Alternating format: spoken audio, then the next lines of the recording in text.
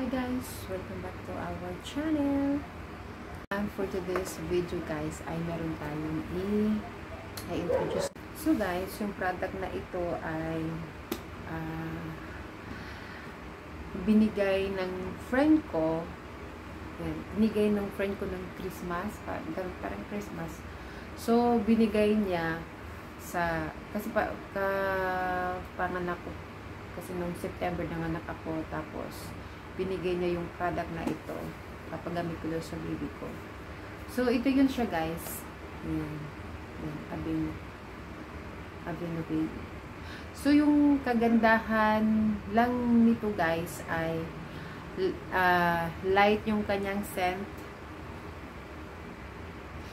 at saka hypoallergenic guys. Yung kagandahan kay Aveeno baby wash ay nakalagay kasi dito, mayroong details dito, so babasahin ko na lang.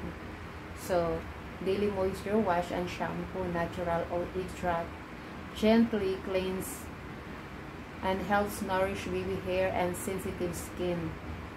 Yan, hypoallergenic and tear free. So ito po yung yung kagandahan sa kanya. And then recommended by us pediatrician and dermatologist. So sa sa mga sensitive skin po, okay din po ito. Okay din po ito si Aveeno baby. Nagtataka kayo, matagal na siya binigay sa akin, pero marami pa. Actually kasi may ginagamit din kasi akong ibang body wash kay baby. Yan. Kasi kaya marami pa siya.